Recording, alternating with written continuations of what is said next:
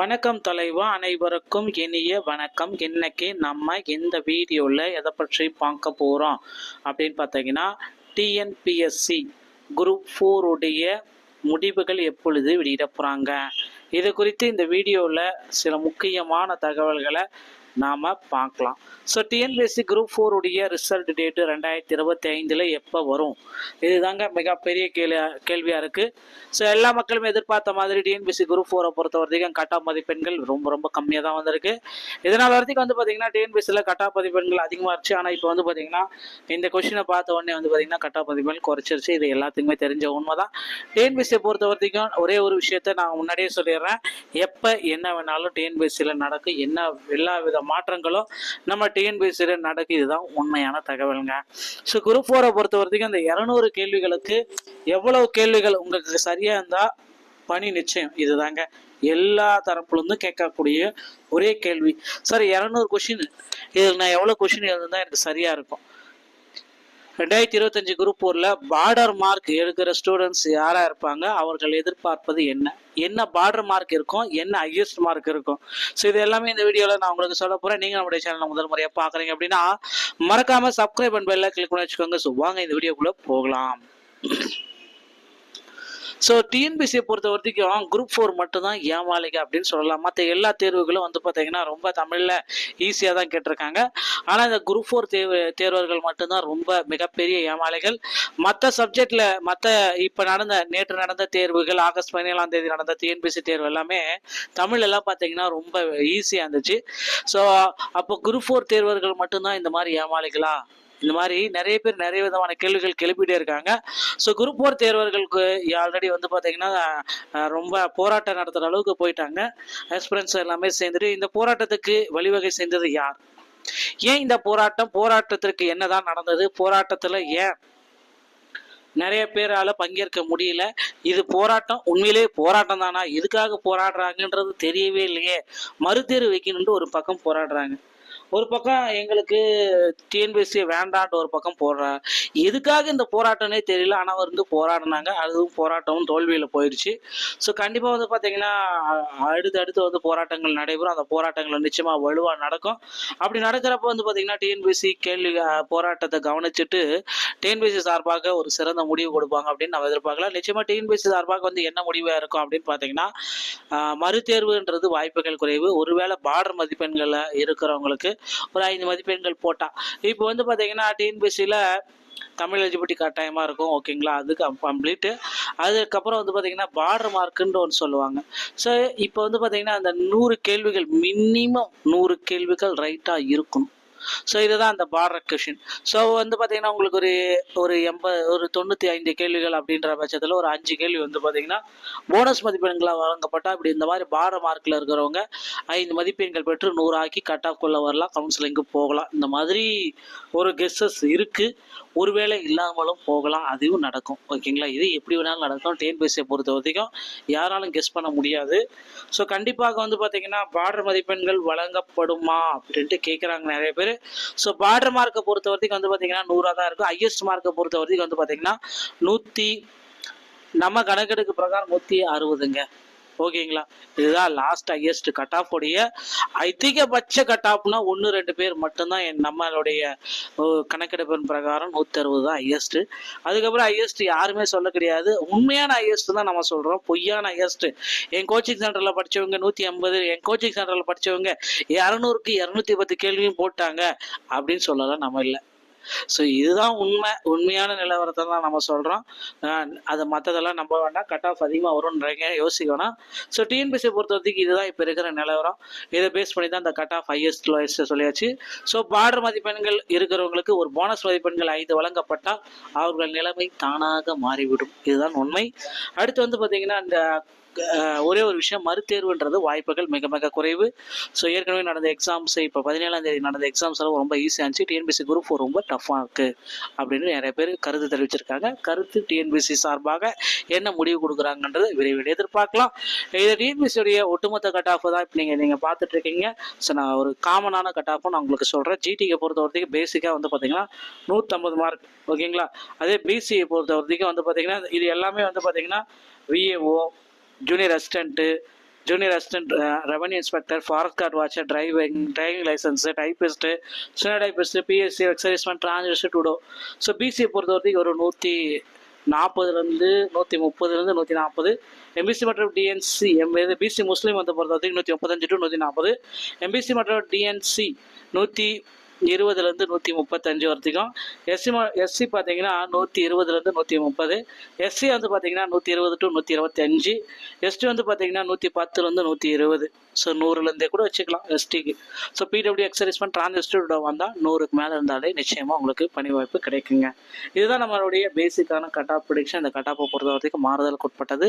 So இந்த மாதிரி TNPSC சம்பந்தமான செய்திகள் அனைத்து நீங்கள் உடனுக்குடன் பெற நீங்கள் நம்முடைய சேனல் இணைந்திருங்கள். மீண்டும் ஒரு நல்ல தகவலோடு நான் உங்களை சந்திக்கிறேன். நன்றி, வணக்கம், தேங்க்யூ.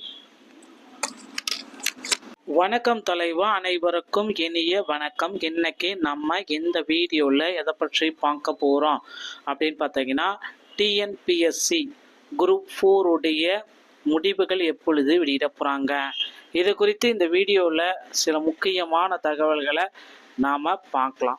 ஸோ டிஎன்பிஎஸ்சி குரூப் 4 உடைய ரிசல்ட் டேட்டு 2025 எப்போ வரும், இதுதாங்க மிகப்பெரிய கேள்வியாக இருக்குது. ஸோ எல்லா மக்களும் எதிர்பார்த்த மாதிரி டிஎன்பிஎஸ்சி குரூப் 4 பொறுத்த வரைக்கும் கட் ஆஃப் மதிப்பெண்கள் ரொம்ப கம்மியாக தான் வந்திருக்கு. இதனால் வரைக்கும் வந்து பார்த்தீங்கன்னா டிஎன்பிஎஸ்சியில் கட் ஆஃப் மதிப்பெண்கள் அதிகமாக இருந்துச்சு. ஆனால் இப்போ வந்து பார்த்தீங்கன்னா இந்த கொஸ்டினை பார்த்த உடனே வந்து பார்த்தீங்கன்னா கட் ஆஃப் மதிப்பெண்கள் குறைச்சிருச்சு. இது எல்லாத்துக்குமே தெரிஞ்ச உண்மை தான். டிஎன்பிஎஸ்சியை பொறுத்த வரைக்கும் ஒரே ஒரு விஷயத்த நான் முன்னாடியே சொல்லிடுறேன், எப்போ என்ன வேணாலும் டிஎன்பிஎஸ்சியில் நடக்கும், எல்லா வித மாற்றங்களும் நம்ம டிஎன்பிஎஸ்சியில் நடக்கும். இதுதான் உண்மையான தகவலுங்க.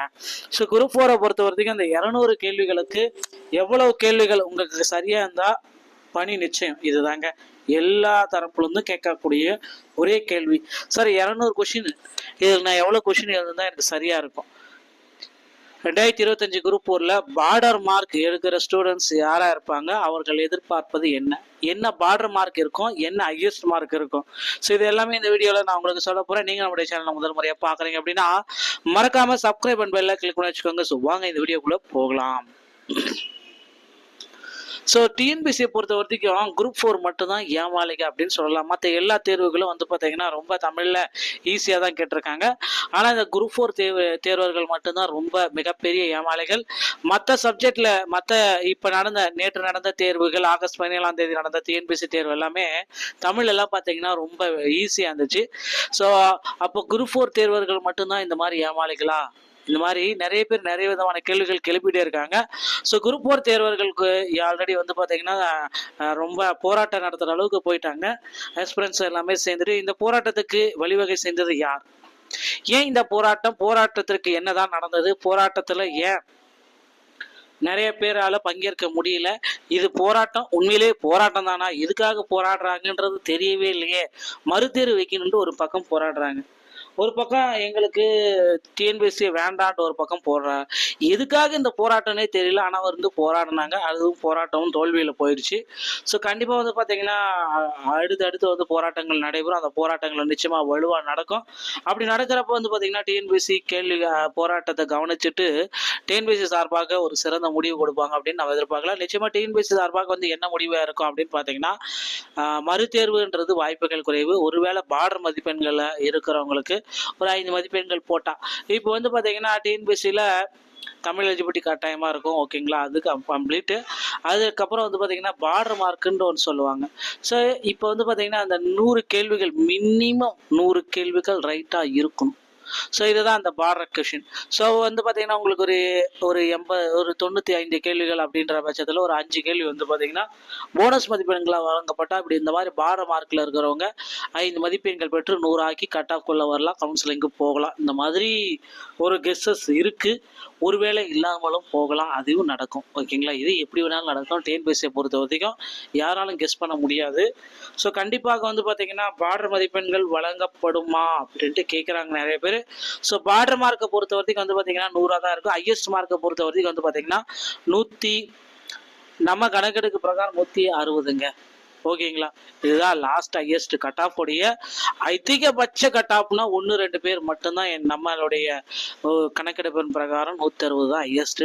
அதுக்கப்புறம் ஹையஸ்ட் யாருமே சொல்ல கிடையாது. உண்மையான ஹையஸ்ட் தான் நம்ம சொல்றோம், பொய்யான ஹையஸ்ட் என் கோச்சிங் சென்டர்ல படிச்சவங்க 150, என் கோச்சிங் சென்டர்ல படிச்சவங்க 200க்கு 210 கேள்வியும் போட்டாங்க அப்படின்னு சொல்லலாம் நம்ம இல்லை. ஸோ இதுதான் உண்மையான நிலவரத்தை தான் நம்ம சொல்கிறோம். அதை மற்றதெல்லாம் நம்ப வேண்டாம், கட் ஆஃப் அதிகமாக வரும்ன்றீங்க, யோசிக்க வேணாம். ஸோ டிஎன்பிஎஸ்சியை பொறுத்த வரைக்கும் இதுதான் இப்போ இருக்கிற நிலவரம். இதை பேஸ் பண்ணி தான் இந்த கட் ஆஃப் ஹையஸ்ட் லோயஸ்ட் சொல்லியாச்சு. ஸோ பார்டர் மதிப்பெண்கள் இருக்கிறவங்களுக்கு ஒரு போனஸ் மதிப்பெண்கள் 5 வழங்கப்பட்டால் அவர்கள் நிலைமை தானாக மாறிவிடும். இதுதான் உண்மை. அடுத்து வந்து பார்த்தீங்கன்னா இந்த ஒரே ஒரு விஷயம், மறுதேர்வுன்றது வாய்ப்புகள் மிக மிக குறைவு. ஸோ ஏற்கனவே நடந்த எக்ஸாம்ஸ், இப்போ 17ஆம் தேதி நடந்த எக்ஸாம்ஸ் எல்லாம் ரொம்ப ஈஸியாக இருந்துச்சு. டிஎன்பிஎஸ்சி குரூப் 4 ரொம்ப டஃப்பாக இருக்குது அப்படின்னு நிறைய பேர் கருத்து தெரிவிச்சிருக்காங்க. கருத்து டிஎன்பிஎஸ்சி சார்பாக என்ன முடிவு கொடுக்குறாங்கன்றது விரைவில் எதிர்பார்க்கலாம். இதை டிஎன்பிஎஸ்சியோடைய ஒட்டுமொத்த கட் ஆஃப் தான் இப்போ நீங்கள் பார்த்துட்டு இருக்கீங்க. ஸோ நான் ஒரு காமனான கட் ஆஃபும் நான் உங்களுக்கு சொல்கிறேன். ஜிடிக்கு பொறுத்த வரைக்கும் பேசிக்காக வந்து பார்த்தீங்கன்னா 150 மார்க், ஓகேங்களா. அதே பிசியை பொறுத்த வரைக்கும் வந்து பார்த்தீங்கன்னா இது எல்லாமே வந்து பார்த்தீங்கன்னா VAO, junior assistant, revenue inspector, forest guard watcher, driving licence, typist, senior typist, BSc, எக்ஸைஸ்மெண்ட், டிரான்ஸ்ஜெஸ்ட், டுடோ. ஸோ பிசியை பொறுத்த வரைக்கும் ஒரு 140 130 140. எம்பிசி மற்றும் டிஎன்சி பிசி முஸ்லீம் வந்து பொறுத்த வரைக்கும் 135 to 140. எம்பிசி மற்றும் டிஎன்சி 120 135 வரைக்கும். எஸ்சி பார்த்தீங்கன்னா 120 130. எஸ்சி வந்து பார்த்தீங்கன்னா 120 to 125. எஸ்டி வந்து பார்த்தீங்கன்னா 110 120. ஸோ 100 கூட வச்சுக்கலாம் எஸ்டிக்கு. ஸோ பிடபிள்யூ எக்ஸர்விஸ்மெண்ட் டிரான்ஸ்ஜெஸ்டர் வந்தால் 100க்கு மேலே இருந்தாலே நிச்சயமாக உங்களுக்கு பணி வாய்ப்பு கிடைக்குங்க. இதுதான் நம்மளுடைய பேசிக்கான கட் ஆஃப் ப்ரிடிக்ஷன். இந்த கட் ஆஃபை பொறுத்த வரைக்கும் மாறுதலுக்கு உட்பட்டது. ஸோ இந்த மாதிரி டிஎன்பிஎஸ்சி சம்பந்தமான செய்திகளை நீங்கள் உடனுக்குடன் பெற நீங்கள் நம்முடைய சேனல் இணைந்திருங்கள். மீண்டும் ஒரு நல்ல தகவலோடு நான் உங்களை சந்திக்கிறேன். நன்றி, வணக்கம், தேங்க்யூ.